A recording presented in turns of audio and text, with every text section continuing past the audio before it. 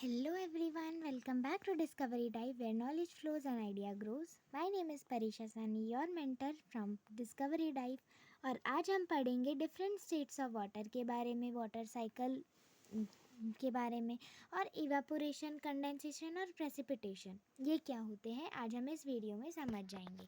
सबसे पहला टॉपिक पहले देख लेते हैं इवापोरेशन। सबसे पहले हम कवर करेंगे टॉपिक इवापोरेशन, ठीक है। चलो अब इवापोरेशन को समझने के लिए कि ये क्या होता है, कैसे हम इसे परफॉर्म कर सकते हैं, हमें पहले इस एक्सपेरिमेंट को देखना पड़ेगा, ठीक है। जैसे यहाँ पे ये एक एक्सपेरिमेंट गिवन है, ओके। चलो इस एक्सपेरिमेंट को एक बार देख लेते हैं कि क्या है।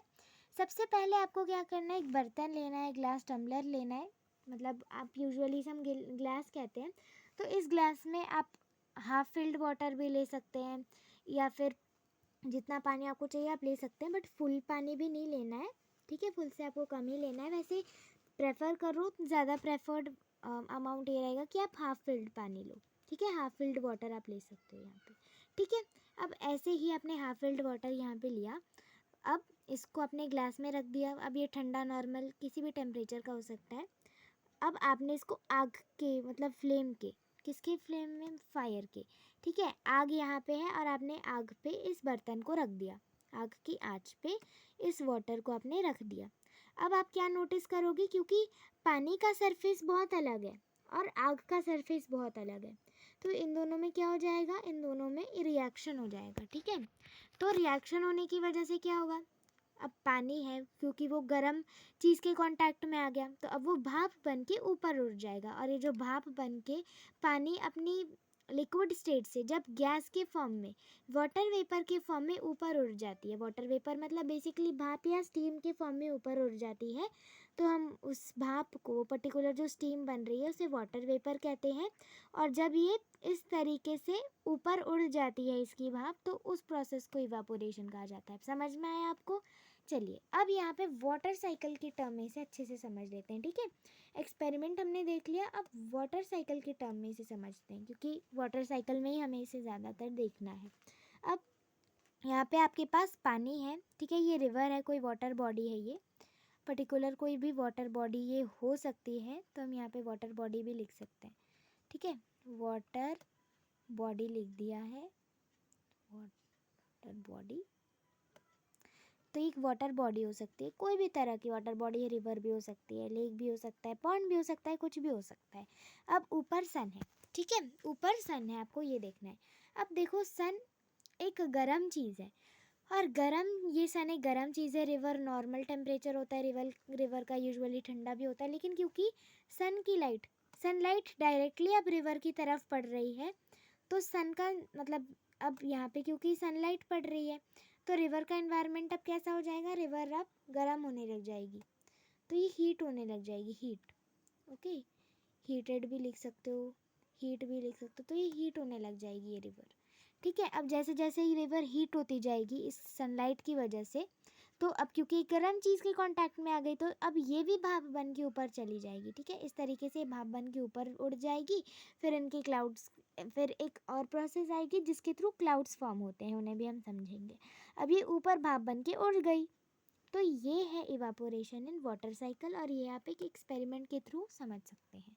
चलिए इवापोरेशन देख लिया, अब देखते हैं कंडेंसेशन क्या है। चलिए अब कंडेंसेशन पर आ गए हैं हम। अब कंडेंसेशन में क्या होता है, अब इसको समझने के लिए पहले एक एक्सपेरिमेंट देख लेते हैं, तो एक्सपेरिमेंट के थ्रू अच्छे से हमें समझ में आ जाएगा, ठीक है। चलिए ये कंडेंसेशन है। अब कंडेंसेशन करने के लिए आपको आप ये एक्सपेरिमेंट परफॉर्म कर सकते हैं, जिसमें आपको एक प्लेट, आपको एक क्या चाहिए, एक ऐसा ग्लास टम्बलर चाहिए दोबारा से, जो हमने इवापोरेशन में किया था ना, एक ग्लास टम्बलर चाहिए, हाफ फिल्ड वाटर चाहिए, कोल्ड या नॉर्मल होना चाहिए वो, और फिर उसको फायर पे रखना है, आग पे रखना है, जिससे कि वो गर्म सरफेस के कांटेक्ट पे है। और साथ ही साथ आप ग्लास के टम्बलर के ऊपर आपको एक स्टील की प्लेट रखनी है, ठीक है। स्टील की होनी चाहिए वो प्लेट, आपको उसके ऊपर स्टील की प्लेट रखनी है, ठीक है। इसके ऊपर आप स्टील की प्लेट रखेंगे, यहाँ पे फायर के ऊपर आप इस वाटर टम्बलर, ग्लास टम्बलर को ऐसे प्लेस कर देंगे। तो आप क्या फॉर्म करेंगे बाद में, आपने ऐसा कर दिया तो अब आप क्या देखोगे कि क्या होगा। जैसे ही आप ये करोगे आप कुछ ही देर के बाद देखोगे कि ये जो स्टील की प्लेट है जो आपने ग्लास टम्बलर के ऊपर रख दी है उस पर इस तरह की छोटी छोटी वाटर ड्रॉपलेट्स बन जाएंगी। ठीक है, छोटी छोटी वाटर ड्रॉपलेट्स आपको दिखेंगी। तो स्क्रीन पे आपको फिर भी बड़ी दिख रही हैं बट एक्चुअल में बहुत छोटी छोटी होती हैं वो। और ये जो वाटर ड्रॉपलेट्स हुई बनी है ना, ये हुई है कंडेंसेशन के कारण। क्यों? क्योंकि पानी को एवापोरेट होके ऊपर जाना था, लेकिन आपने तो पानी का रास्ता ही रोक दिया, एक स्टील प्लेट से रोक दिया ना। तो अब वो टकरा गई एक चीज़ से, है ना, तो अब वो वापस छोटी छोटी वाटर ड्रॉपलेट्स में कन्वर्ट हो जाएगी। ये उसका एक तरह का सिग्नल है वाटर वेपर का कि अब वो बाहर निकलना चाहता है वो वाटर वेपर। ओके, तो ये हमने एक्सपेरिमेंट के थ्रू समझा। अब इसे वाटर साइकिल में भी सेम अप्लाई करेंगे। ठीक है, अब यहाँ पे हमारे पास सन है और ये हमारी वाटर बॉडी है। वाटर बॉडी से सनलाइट जब वाटर बॉडी में पड़ रही है तो गर्म और ठंडी चीज़ के मतलब मिलन की वजह से ये वाटर वेपर बन के हवा में उड़ जाएगी। ये पानी वाटर वेपर बन के हवा में उड़ जाएगा। अब जैसे ये हवा में उड़ेगा तो इसके जो वाटर वेपर में ना छोटी छोटी वाटर ड्रॉपलेट्स होती हैं, एकदम छोटी छोटी वाटर ड्रॉपलेट्स। ठीक है, तो अब ये जो छोटी छोटी वाटर ड्रॉपलेट्स हैं जो हमें मिलती हैं वो मतलब ये इस तरह से कंडेंसेशन के तौर पे, मतलब वाटर वेपर में एकदम छोटी छोटी वाटर ड्रॉपलेट्स होती है जो हमें दिखती भी नहीं है। वाटर वेपर भी इनविजिबल ही होता है बेसिकली। और यहाँ पे वाटर वेपर की छोटी छोटी ड्रॉप्स बहुत सारी इकट्ठा हो जाती हैं तो हमें मिलता है एक क्लाउड, एक बादल का फॉर्मेशन हो जाता है। छोटी छोटी बूंदों से मिलकर एक बादल बन जाता है। ठीक है, और बाद में जब ये बादल बहुत सारी बूंदों से, उसमें बहुत सारी छोटी छोटी बूंदें भर जाती हैं, फिर वो बारिश, हेल या ओले जिसे हम कहते हैं, या फिर बर्फ़ के फॉर्म पे धरती पे आता है और उसे प्रेसिपिटेशन कहते हैं। ठीक है, तो अब आप जान गए ना कि कैसे होता है बादल का फॉर्मेशन, छोटी छोटी बूंदों की वजह से। और बेसिकली क्लाउड्स क्या होते हैं? So clouds are the collection of water vapours. Water vapour का ही कलेक्शन हम कह सकते हैं, क्योंकि वाटर वेपर की छोटी छोटी बूंदें उसके कांटेक्ट में आ जाती हैं सरफेस की, है ना, स्काई के सरफेस में, और ये एक साथ मिलके एक बादल को फॉर्म करते हैं। ठीक है, चलिए अब प्रेसिपिटेशन देख लेते हैं। चलिए अब समझते हैं प्रेसिपिटेशन को कि प्रेसिपिटेशन क्या होता है। तो बेसिकली मैंने आपको बता ही दिया कि क्या होता है, एक बार फिर से उसको रिवाइज कर लिया जाए। तो प्रेसिपिटेशन में हमने क्या देखा था, वाटर साइकिल से ही अब हम समझेंगे प्रेसिपिटेशन को। ठीक है, तो ये हमारा सन है। अब जल्दी जल्दी से ऐसे ही हम अपना वो भी बना लेते हैं, है ना, हमारा कह सकते हैं एक तरीके से हमारी वाटर बॉडी भी बना लेते हैं जल्दी जल्दी से। ठीक है, तो ये हमारी वाटर बॉडी बन रही है और इस तरीके से सो हमने क्या देखा अभी तक? हमने क्या देखा? हमने देखा था वाटर साइकिल में ही, एक बार रिवाइज कर लेते हैं इसे।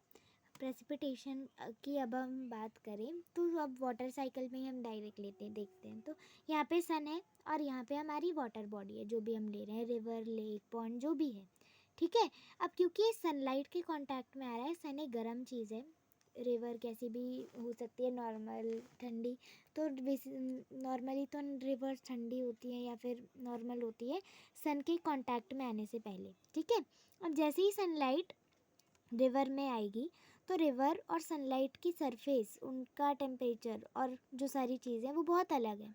तो अब ये एक दूसरे के कांटेक्ट में आएंगे और फिर बाद में ये भाप बन के ऊपर चला जाएगा पानी, और जैसे ये भाप बन के ऊपर चला जाएगा तो इसे कंडेंसेशन कहेंगे।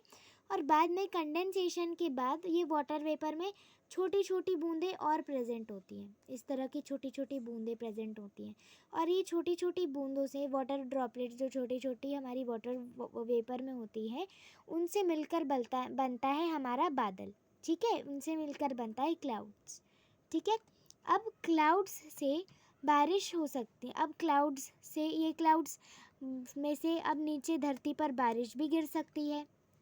ठीक है, इन क्लाउड्स से धरती पर बर्फ़ भी गिर सकती है, मतलब ओले भी गिर सकते, ये बर्फ़ भी गिर सकती है, या फिर इन बादलों से धरती पर ओले भी गिर सकते हैं, पतले पतले, तो कुछ भी गिर सकता है ना। तो जिस तरह से मतलब प्रेसिपिटेशन में जिस तरह से हमारे क्लाउड में से क्या क्या निकलेगा, हमारे क्लाउड में से जब वो धरती पे क्लाउड जब बहुत ज़्यादा वाटर ड्रॉपलेट से भर जाता है, बहुत ज़्यादा मतलब लिमिट से भी ज़्यादा, तब फिर उससे रेनफॉल गिरती है, स्नो गिरते हैं या फिर हेल गिरता है। तो ये किन किन फॉर्म्स में गिरेगा? पहले तो रेन के फॉर्म में भी धरती पे आ सकता है, जो बहुत कॉमन है हमारे लिए।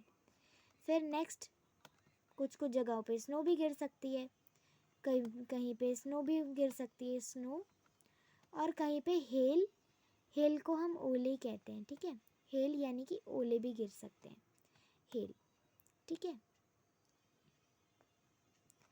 तो कितनी सारी चीज़ें गिर सकती है हमारे पास, ये सारी चीज़ें, रेन, स्नो और हेल, ठीक है। तो ये सारी चीज़ें धरती पर गिर सकती हैं इसके फॉर्म में, इस क्लाउड के फॉर्म में, ठीक है, इस क्लाउड के फॉर्म में। अब ये क्लाउड कैसे बना था? छोटे छोटे वाटर ड्रॉपलेट से मिलके, और जब ये बहुत ज़्यादा भर चुका था ये क्लाउड, तो अब इसके अंदर जो भी चीज़ें प्रेजेंट हैं उनको अब नीचे आना होगा, धरती पे ही वापस आएंगी। जैसे इसमें बहुत सारी फिर रेन भी गिर सकती है, इससे स्नो भी गिर सकती है, इससे हेल भी गिर सकती है। तो ये था प्रेसिपिटेशन, और इसी के साथ साथ हमारी वीडियो कंप्लीट होती है। यहाँ पे हमने कंडेंसेशन, एवापोरेशन एंड प्रेसिपिटेशन के बारे में अच्छे अच्छे डायग्राम्स के थ्रू और एक्सपेरिमेंट्स के थ्रू समझ लिया। Thank you so much.